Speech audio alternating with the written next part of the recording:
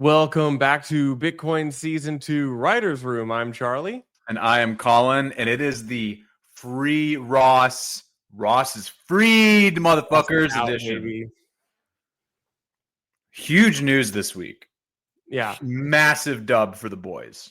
Yeah, there were many dubs, whether you're a state cuck and you like the state to add Bitcoin to your balance sheet, as Casey says, spit in my mouth, daddy.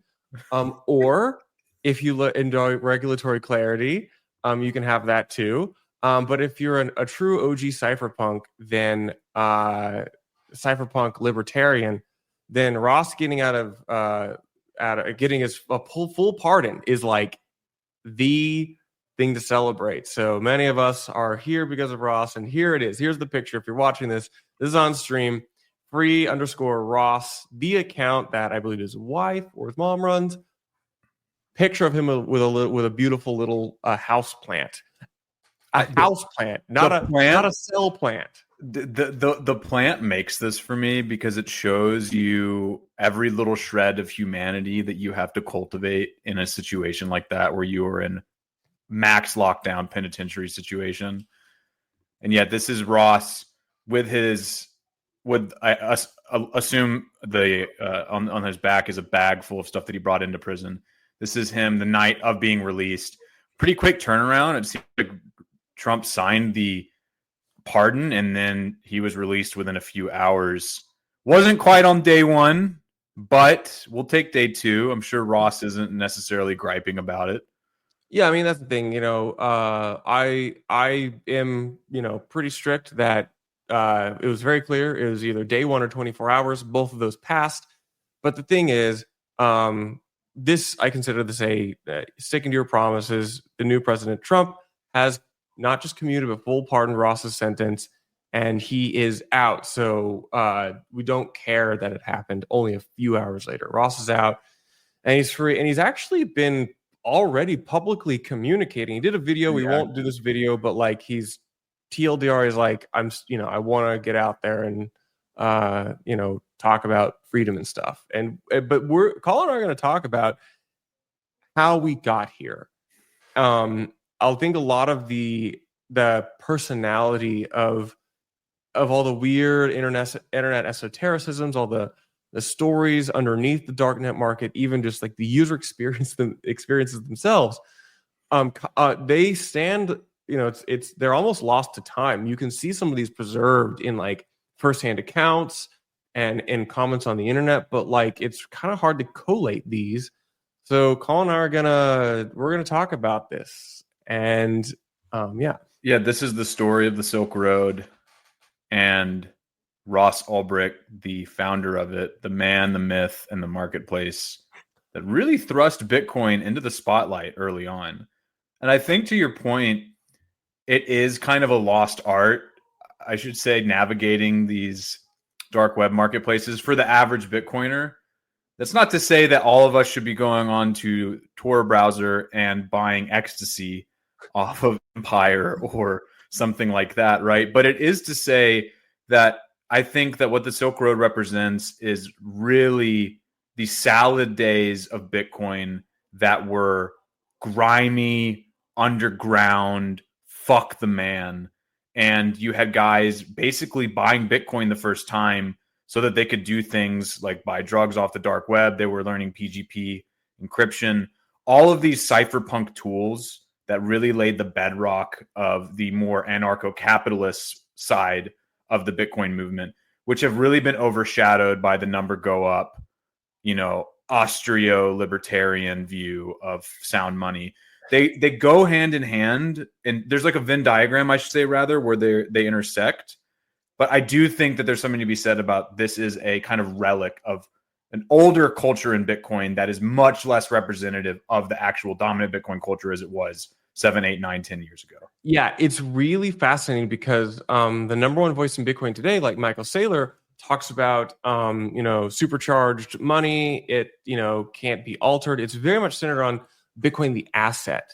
But if you look at the writings of Dread Pirate Roberts, and we assume that Ross wrote all or most of the DPR comments, at least some of it. That was a pseudonym that was used by allegedly Ross, but also other people might have had access to the Exactly. We don't know, but we know that like the DPR, we're going to use this for Dread Pirate Ops, the pseudonym of the lead, the head of the Silk Road, spoke a lot about libertarian things. It was a very, very libertarian focused tone, and Bitcoin was I like to say it was like a tool or an instrument of the libertarian ideal, but it was a tool just as much as other things such as PGP and Tor and other types of privacy and cryptography components. Like these are all things which were put together to deliver really the first modern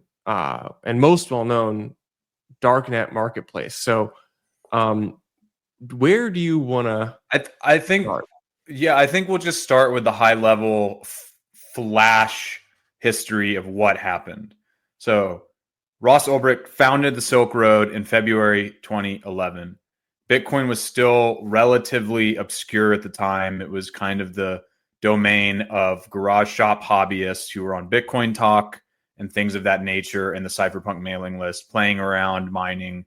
There were very few markets at that point for Bitcoin. Mt. Gox was around in 2011. I don't know if it was founded before or after the Silk Road. But Ross founds the Silk Road, and it runs until October 2nd, 2013, when he is arrested in the science fiction section of a library, I believe in San Francisco, by the FBI. He was distracted by a lover's quarrel. Yeah, it was like a big sting operation. Yeah. Like they set up a whole distraction, grabbed his laptop so he couldn't like remote turn it off and stuff. Yeah. And then that was the end of it. And the Silk Road shut down October 2nd, 2013. Then if you tried to access it, you'd get that little placard that says this site has been seized by the FBI, US authorities, yada, yada. And then Ross is convicted in 2015 to a double life in prison plus 40-year sentence without the possibility of parole for money laundering, computer hacking, conspiracy to traffic fraudulent identity documents, and conspiracy to traffic narcotics by the means of the internet. And obviously, fast forward to this week, I believe it was on Tuesday, President Trump issued him a full pardon, didn't commute his sentence, a full pardon. So he is clean slate from those crimes. Now, there's a lot that we can say about whether or not it was a heavy-handed sentence, whether or not he deserved what he got. The general consensus among Bitcoiners, and I don't want to like opine on this too much because I feel like it's been talked about a lot, but the general consensus is that he was kind of this sacrificial lamb on the altar of the U.S. justice system, because this is a form of crime that had never been seen before. I mean, crime on the internet, identity theft, all these things were obviously in play before the Silk Road, but using a decentralized permissionless cryptocurrency to facilitate illicit trade over the internet had never been done before. And so they felt like they needed to, I guess, make an example of him accordingly. Yeah, and I think it'd be good to, to be very clear that like I think cool anarchist stuff is pretty fun, but like this is creating a marketplace to sell stuff that's illegal and many would argue harmful to society and to the individuals. We're not going to get too much into that. Ross was hit with the kingpin charge, which is where they do the whole money laundering thing. You got to have five people working under you. Other people that were hit with the kingpin charge are the Pablo Escobars of the world. So you look at like the Pablo archetype and the Ross archetype, and they are very mismatched. In fact, I don't know if it's even clear that Ross had 5 people working under him, which is kind of the threshold. But right. And the other thing is like Ross, under the DPR pseudonym, was very elaborate. They elaborated a lot about his intentions and mindset, and it could not be paint a much different picture than that of a drug lord. And so the Free Ross movement, has been very much motivated by the symbology of freeing this person who was unfairly targeted and sentenced. Maybe not absolving him of saying it is good or justified to run a marketplace, but rather to say something's wrong. He's the symbol of it, and we need to like rally around this purpose to get him out. Yeah, and I think this is really bears highlighting. I said we were not going to talk about this, but I We guess did. We are. yeah, talk about it. Yeah, the kingpin charge is something that's usually reserved for actual kingpins within crime syndicates or gangs, as Charlie pointed out. Pablo Escobar, the notorious and infamous Colombian drug lord. But the big difference between Ross and guys like that is, the Silk Road was not a marketplace for child porn, for hits or assassination markets. It briefly sold guns, but then It they shut down stopped. because it wasn't very effective at doing that. Yeah, because they don't really. I mean, quite frankly, like most guys selling guns probably just want to like meet in a Walmart parking lot somewhere and exchange cash under the table. Like, there's not a huge problem with that. Like selling guns is not illegal in the US as long as it's not a certain type of gun, right? So it was not that effective. But I think the point just, deserves to be highlighted that this was a marketplace for, illegal substances like drugs, but it wasn't for anything that would cause direct harm to anyone except for maybe the person taking the drugs. The other thing that I think is worth pointing out, and we'll just kind of jump into this, it wasn't just drugs that you could buy There's like a bunch of random stuff on too. the Silk Road. Yeah, like in this screenshot that I found online for those watching on stream, like there's Michael Jackson's discography from 1971 to 2009. Like a copyright thing, Yeah. And then you look at like the other categories, right? Obviously, drugs is like there's like 1,500 listings from whenever this screenshot was taken. Most of that's cannabis. A lot of it is other things like psychedelics and prescriptions. But you have apparel, you have books, you have computer equipment, digital goods, garden category. There's erotica, like there's fireworks, there's food. Yeah, the home and garden's hilarious. I think this kind of is one of there's a good one, like banned books. Yeah. And this is kind of something that's overlooked. Obviously, the majority of the transaction volume is for drugs. I'm not trying to make the revisionist claim that the Silk Road was like Amazon and you just wanted to buy a copy of, Noam Chomsky's Necessary Illusions. But you could buy other things on here and people used it for other things. And part of the reason why it was so successful for especially a number of drugs was the reputation system and the carefully curated nature of the site. I think this is something that's also somewhat overlooked because people who don't know how the Silk Road works. Yeah, it's pretty standard today. We have people like, consumer facing markets know you want reviews from real people. But this was actually still a little innovative for the early 2010s for online commerce. Like, I think Amazon reviews were still kind of like a normal thing. It was really just on eBay, people reviewing sellers.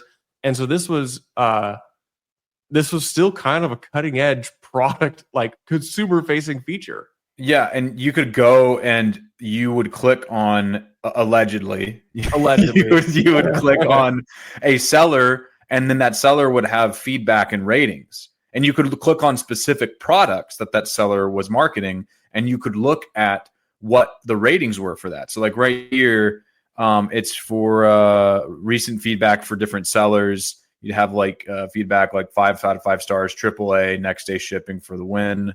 Wunderbar, I haven't tried, but looks like it'll do the trick nicely. Ordered on Friday, received Monday, extremely professional.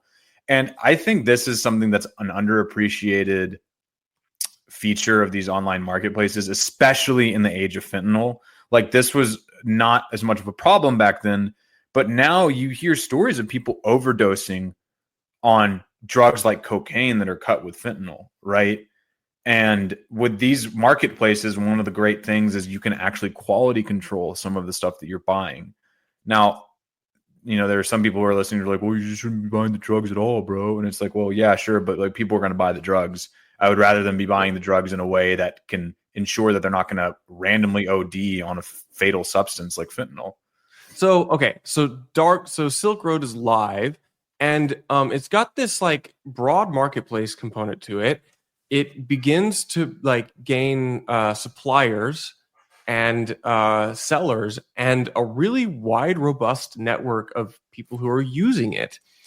And there's a few things we could touch on here. We could talk about like the scale of it. I think you've got some numbers, Colin. But Yeah. then also like how does a user even find out that this exists? That is an equally interesting conversation. But let's do the numbers just on like how Yeah, big it was. the numbers are interesting. So I want to share my tab again. So for those of you who are on audio, apologize for this. If you're listening to this the next after we publish this is a live stream. We publish this on our RSS. So if you're listening to this on Spotify, Apple, etc., you can go over to YouTube or our X account and you can see all of this on the stream, an actual video. But I have this chart of a Bitcoin price during Silk Road's lifespan. The source for this market data is from Coinmetrics. And you can see there's a little arrow at the far left of the chart in February 2011 when the Silk Road launches. And you can see this bump in 2011 when I would argue use of it really takes off. I mean, I really do think there's a good argument to be made here that the first bull run that Bitcoin saw in 2011 was almost exclusively the result of people buying Bitcoin for the dark web and then people FOMOing in as a result. There's obviously nothing to prove that, but this was arguably Bitcoin's first commercial use case and its first clearly demonstrated use case, online commerce that is uncensorable. And I still think to this day, the Silk Road and dark web marketplaces are actually the perfect example of why Bitcoin matters in the sense of like, it is money that they cannot censor. And that's why it is endured, I think, as such such an important symbol of Bitcoin. It's wild how early this was because 2011, right? Satoshi leaves in 2010. Around 2010, it's like a year and a half after Bitcoin is live. You have WikiLeaks start to take donations. It draws attention, but it wasn't like the exchange of commerce. So it was surprising how quickly like the commerce component took off. You had other things. You had like some like gambling, Satoshi Dice around this time, but like these are all novelties. Whereas the Silk Road was a very explicitly like this is the utility of Bitcoin. It is a money that can be exchanged outside of the state permissionlessly. Yep. Within 2 years, and it's crazy. And so really is it comes out, and it's also like now I look at how developers build things these days, and it's hard. And I'm thinking back to like pre like Bitcoin libraries and wallets and like server software. Like, man, it's quite an undertaking to like build a whole platform with a under this kind of context. Again, it was a small amount of people who touched this, as far as we know, almost the entirety of it being Ross. Yeah, and it seems almost mythical, and I think it kind of is for a lot of Bitcoiners in terms of what this marketplace meant at the time and how small of an ecosystem it still was. But anyway, fast forwarding, I wanted to show when it launched versus when it was shut down. Fast forwarding to October 2nd, 2013, you can see on the chart, it's kind of hard to see because Bitcoin's going parabolic, but you can see that the price retraces from about like 125 down to almost $100 when it shut down. But then what this chart cuts off is actually the rest of 2023 when Bitcoin just absolutely blows its load up to 1,000. The November run up to 1,100. It's insane. But anyway, so I wanted to show that chart, and then I wanted to share just a few little data points from the first few years of the Silk Road. So this is according to ChatGPT. I'm sorry, I did not pull the numbers myself, but I was asking it for revenue figures, and it said the Silk Road. This is according to I think FBI documents when they were prosecuting the case against Ulbricht. The Silk Road reportedly facilitated 1.2 million transactions between 150,000 buyers and 4,000 vendors during its operation from February 2011 to October 2013. Pretty crazy. The total revenue over this period was estimated to be around 9.5 million BTC. Insane. Equivalent to roughly 1.2 billion USD at the average Bitcoin price during the site's activity. Now, I want to clarify that is revenue for all actors on the site. That's not the Silk Road's revenue, but $1.2 billion in commerce over, 3 or 2.5 years is pretty wild. The annual revenue per year for the Silk Road is estimated to be between 1.2 to 2 million USD in 2011.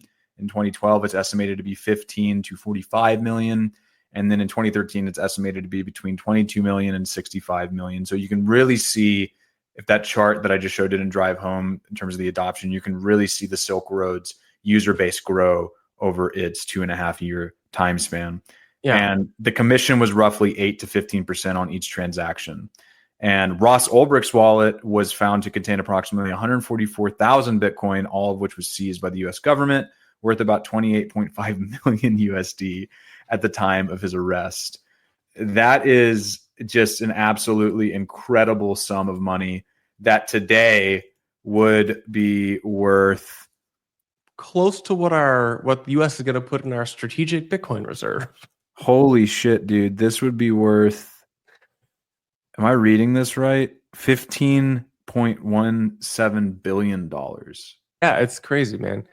So it's interesting because there, as I said before, there's a forum side of Silk Road. And it's kind of what you would expect if you have a bunch of like tweaked out, geeked out, like weird internet people all chatting, on a forum hyped up. It's much like the forums of today. It's just that that these people are absolutely, quivering over their amphetamine use. And the thing is, like, the subject of these forums was like mostly like conspiracy or like freaking out about vendors or like rumors and saying this person's, rugging users. They didn't use the term back then, but like, but there's a really interesting side to this forum, the Silk Road forums, which was like the libertarian and anarcho-capitalism conversations, which before we went live, I was comparing it to like, it's almost like you get to listen to like the settlers of the American frontier huddle around a fire in the middle of the wilderness and swap high level high level like pontifications about like the nature of sovereignty and freedom. And yes, you've got some crazy prospectors huddled around the fire too, but you really do get to see that these people are not just here for money. It is like they could go make money back at home. They're here for a reason. And it's hard, and so it's hard to like discern who's who, but like DPR has a lot of classic bangers, and it's just great. It is refreshing because I don't hear this in like the Bitcoin circles that much anymore. No, mostly it's about monetary stuff. Yeah, for sure. And it is interesting and makes sense that the Silk Road was not just a marketplace, but a hub for discussion, much like a bazaar in real life, right? You'll hear lots of different conversations from multiple different people from all walks of life. And it is kind of the hardcore, anarcho-capitalist alternative to like Bitcoin talk in a way. Like this is where you would have conversations that would be Bitcoin talk adjacent, but maybe take it a little bit of a step further. And forums are how these dark web markets did and still live and breathe and die. Like if you want to go access a dark web market today, you got to know which forum to go to get the Tor address and to figure out which ones are actually reputable, right? Yeah, like this is a good segue into like, how did a user back then and still is today? How do you figure out that it exists and then go use it? This is not a Silk Road cookbook we are giving you. This is more of we are reflecting and sharing tales from friends that we know who allegedly from Swim, someone who isn't me. It's a common acronym. But yeah, I mean, you had to be on your toes and figure out what was actually real and what wasn't. And when you're accessing these markets, they would constantly be bouncing between server to server. So you would have like multiple different mirror links, right? So like you might use one URL through Tor. You have to use Tor browser to access any of these. You would use one URL one day, and then the next day you couldn't access it from that URL. So you had to use another one. And all of these things were built on reputation and trust, right? Like you had to have your PGP key to actually sign and read messages. Everything was totally encrypted, like all the correspondence and everything like that. And maybe this bears saying here at this point, because I think one of the casualties of the Silk Road was the fact that if a dark web market like lasts for longer than a year, that's a really good run, because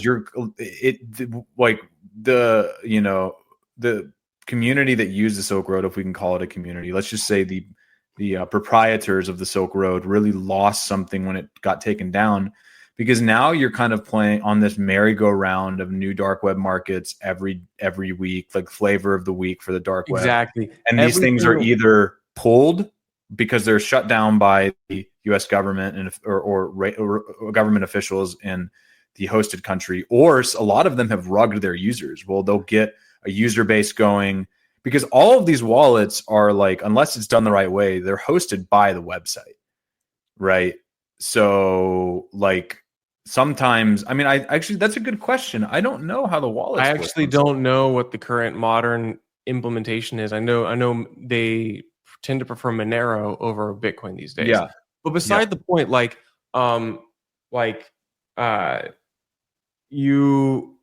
lost my train of thought. You keep going. Well, I'm just curious, like, because you always see these rug stories of like a dark web market shutting down. Oh yeah, everyone's Bitcoin. But I was gonna say that like after the Silk Road was really the only dark net market that anybody used, and then it got shut down. And within weeks, there was a Silk Road 2.0. I think was actually the literal name of it. But then over the following years, you just saw a Cambrian explosion of all of these Silk Road forks. The meta was known, the people wanted it, and every single one was shut down. As you said, they were either just a honeypot, or they turned into a honeypot, or someone started out of noble intentions or just business intentions, and then, you know, if there's one guy who controls the wallet, and eventually the wallet for the marketplace is filling up, and it's that several million, the carrot is too great. Yeah, 100%. You to grab it. So like this, you know, it's just never been the same, man. It's never been the same. And I guess I should have done my homework a little bit better on this, but I suppose they're stealing it from the escrow, right? So like the way these markets work is, you know, you as the user, you will pay into an escrow that is brokered by the site operator. And then once you report that you have received your shipment from them, then it is released from escrow and the seller gets paid. But all that being said, to Charlie's point, the Silk Road's legacy lives on. There are a number of markets that are active today, that are still actively, you know, buying or featuring wares that are illicit across a bunch of different countries.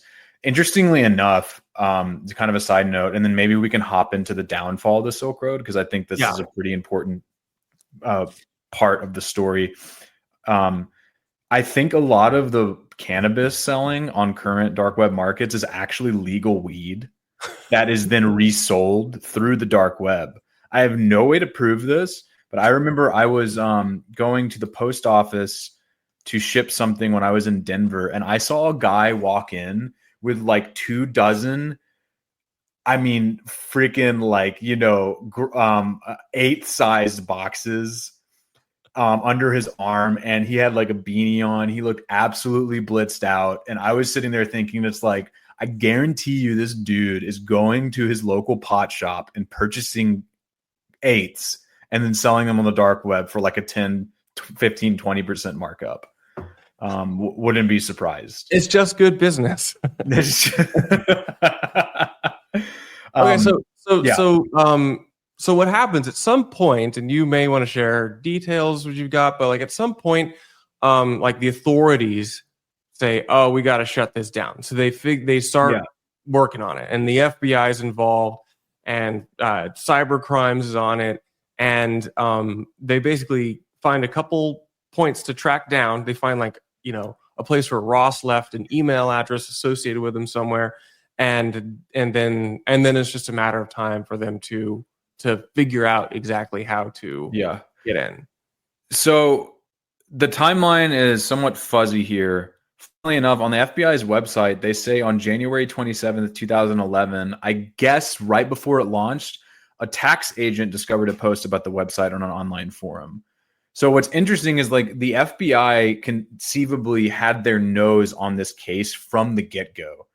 obviously it took them a while to get there, but by the time that they were trying to shut it down, the Silk Road Marketplace had swelled from like 10,000 accounts in 2012 to 1 million at its peak.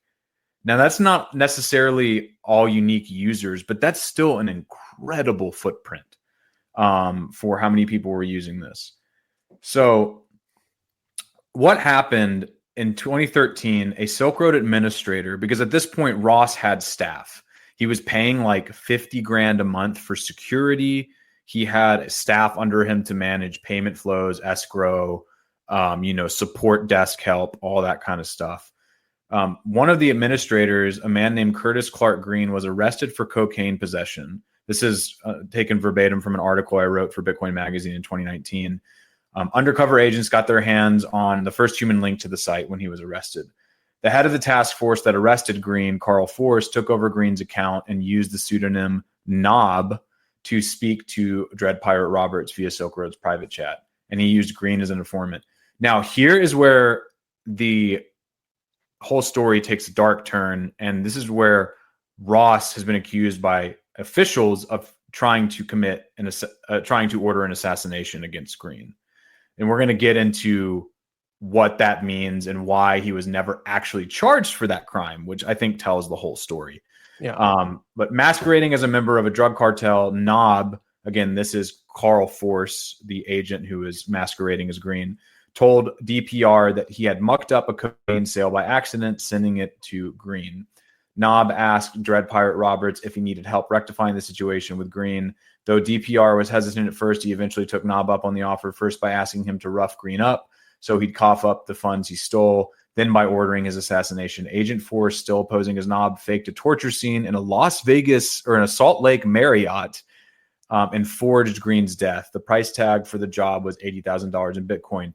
Now, backing up, because that makes it sound like Ross Ulbricht just tried to get a guy killed.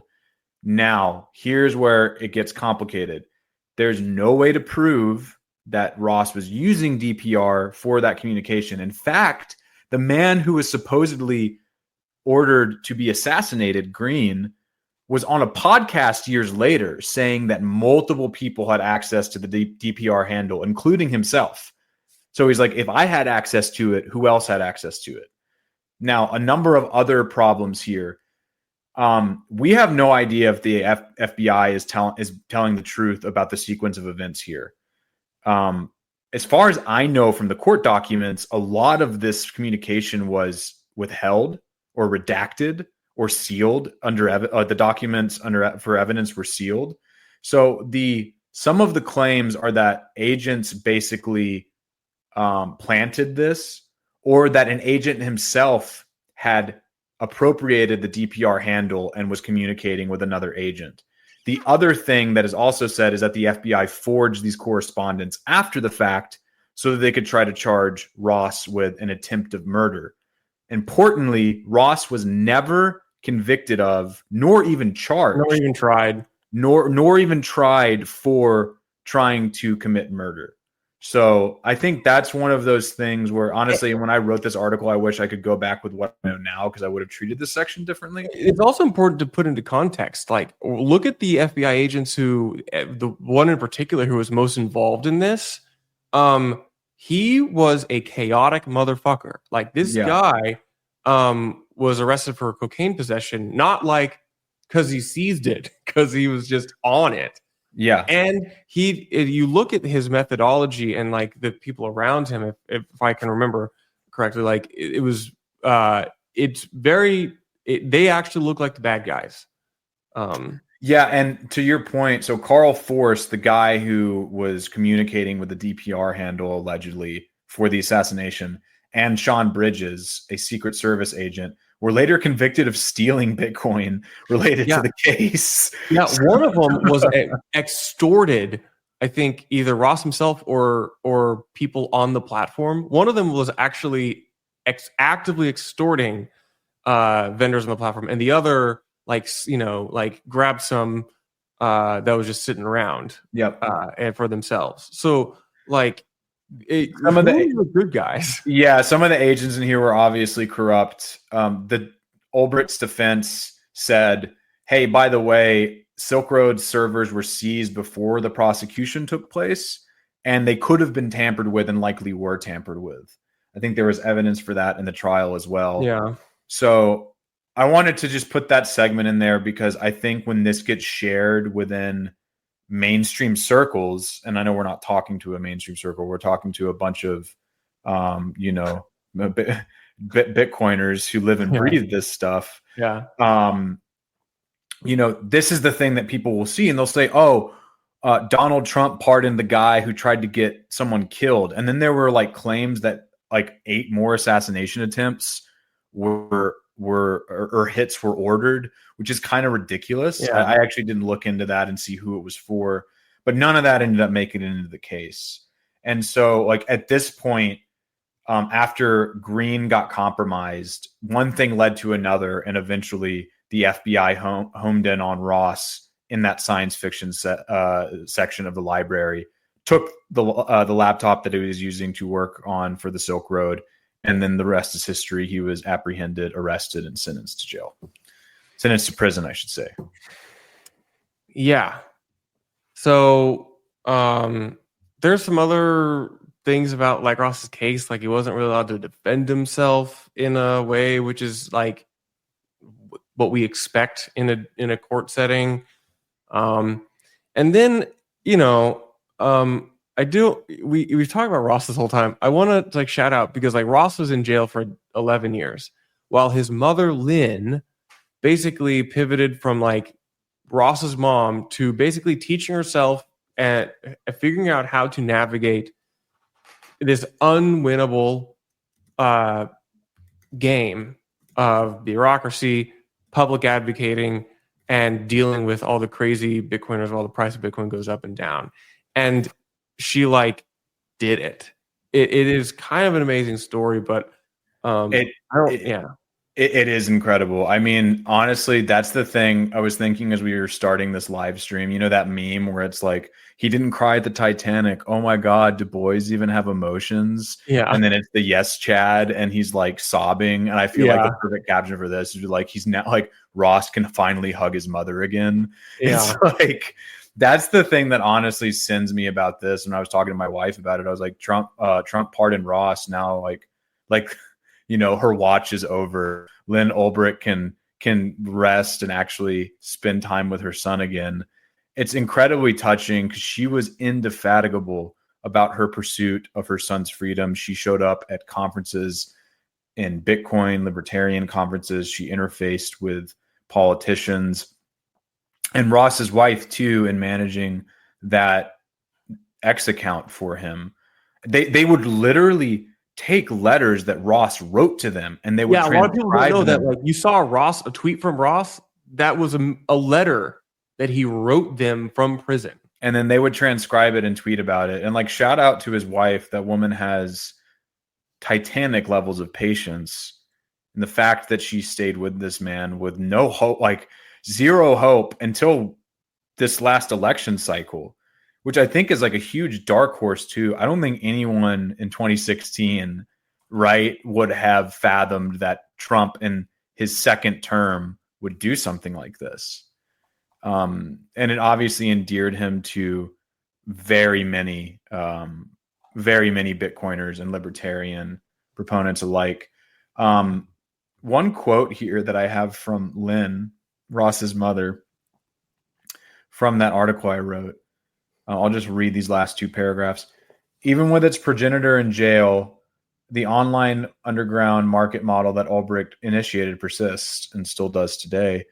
When one goes down, another and another and another takes its place, as one would expect in a free market. Lynn Ulbricht told Bitcoin Magazine that this free market is precisely what her son envisioned, emboldened by the libertarian philosophy that willed it into existence and has always been central to the cryptocurrency it leveraged.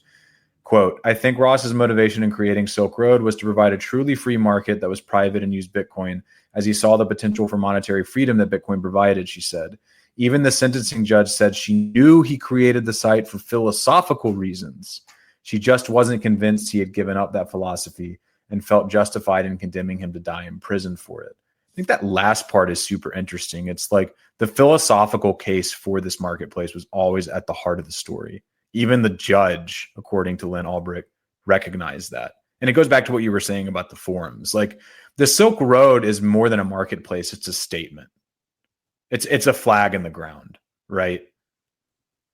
It really is. I'm trying to figure out which of the many DPR quotes I want to read, given that it is like this statement and flag in the ground, and why it is this kind of revered thing in this moment in the Bitcoin story, but really more in just like the modern digital world. It really is like the capstone, almost like the epilogue of the cypherpunk movement in the 90s. It's like, and then the marketplace happened, and then it began to be mainstream, and even the people who participated in this do not know like the shoulders on the giants of which they stand. But here's a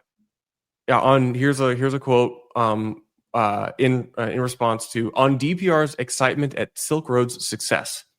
You'll have to wait for my memoirs for the juicy details, LOL. I've got some stories, though, I'll tell you. One thing that goes through my head when Silk Road goes through a growth spurt, like after the first Gawker article, is that sound effect from Inception or the intense music from the new Tron movie. It gives me this sensation, holy shit, this is epic. And then he started a book club on the server. They were typically covering devoted to Austrian economics and libertarianism. And then he which one was I gonna say? He had a lot of thoughts about like minimum wage and private property and like state-run police, which is funny because I don't really think I agree with those. But there's one about money that he had, which I think is one of my favorites of all time. He says, okay, on financial motivations and whether DPR founded Silk Road for the money, as another user claims. Ross Ulbricht said, money is one motivating factor for me. If it wasn't, I wouldn't impose a commission on trades or require vendors to use the Silk Road payment processor. Money motivates me for two reasons. For one, I have basic human needs. The money allows me to meet, so I may devote time to our cause. I also enjoy a few first world pleasures that I feel I have earned, but nothing extravagant. In fact, compared to most I know, I still live quite frugally. I buy better food at the grocery store now and got some new clothes. I'm more generous with my friends and loved ones, but I've always been a cheap ass. More importantly, money is powerful and it's going to take power to affect the kind of changes I want to see. Money allows us to expand our infrastructure and manpower to accommodate the growing demands of the market and pursue paths that complement and strengthen what's already there. My primary devotion is not personal wealth, but making a difference. Crazy. Does not sound like a kingpin to me. It doesn't sound like a kingpin to me. Also, a very practical answer. I think it's really funny when anyone says, oh, well, you're doing this for the money. It's like, does anyone not do anything to satisfy needs and basic, desires? Yeah. And that was in 2012. That was towards the end of 2012, where I think, you said he probably raked in under the Silk Road like $9 to $10 million. Yeah, he made millions of dollars from the Silk Road, all of which was stolen from him. And it would be legendary if Trump signed an executive order to give it back. He won't do that. I'm sure Ross is happy just to have his freedom back. And, Lord knows he's about to be showered with gifts from the Bitcoin and libertarian communities, right? I mean, I wouldn't be surprised to see donations on par or greater than like what, Andreas Antonopoulos received a few years back when he basically said that he was broke because he spends all of his time traveling, proselytizing people into the Bitcoin fold. One last thing about what you just said. The Ross Ulbricht memoir is going to go fucking hard.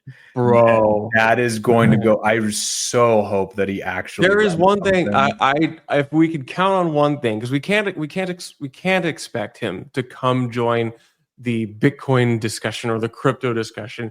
He doesn't have to do anything. He could be like the Ron Paul where he shows up and like talks about liberty, doesn't mention Bitcoin or crypto. But please, and I think this is gonna happen. You just know it. He's gonna write a memoir, and it's gonna be a banger. Yeah, because he's a great writer. He's a wonderful writer. Yeah, he is. And he's no doubt had publishing houses probably already knocking down his door trying to get the rights to a book like that. And I think something that Shinobi tweeted, I think this week really bears highlighting here, at least for Bitcoiners. It's like, give the man some space. He has had 12 years almost, 11 to 12 years of nothing but despair in prison. Now he's free. Give him some breathing room. He'll definitely probably make a circuit at some point to talk about these things. Yeah. Could be wrong. I don't know anything about him. I feel like there's a story to be told here, though, and he's probably going to tell it at some point, but Lord only knows when that'll be. I mean, we were kind of talking before we hopped on here, Charlie. I just think this is what drives it home for me. Think about spending 11 years in like what, 8x8 room and having like solitary confinement at times, and then coming home to your own bed and being able to wake up and move to multiple rooms around your house and having the freedom to do whatever you want without having to ask permission. That just kind of is a culture shock that most people don't appreciate and will never know, thankfully. Yeah, there's so many things that have changed. One funny thing, and I'm probably going to tweet this after we hop off here, which is I had to check myself because I was trying to make sure I wasn't imagining this. Grand Theft Auto 5 came out on September 17th, 2013. Ross was still a free man. Grand Theft Auto 6, the most anticipated video game in human history, is coming out September 2025. Wow. We have not gotten a Grand Theft Auto while Ross has been imprisoned. We got Ross out before we got Grand Theft Auto 6. It's a banger tweet. It is a banger tweet. That's pretty interesting. I'm trying to think of other video games that were new at that time, like Modern Warfare 2. Yeah, we've had at least 10 Calls of Duty. We've had the Fortnite years. We've had half a generation Zoomers come in. And a number of dark web marketplaces to fill Silk Road's place. Speaking of which, I'm seeing a tweet here about one of these rugging. Holy shit, dude. This one stole like hundreds of millions of dollars. Are you seeing this? Yeah. We're going to link the tweet really quick in the video.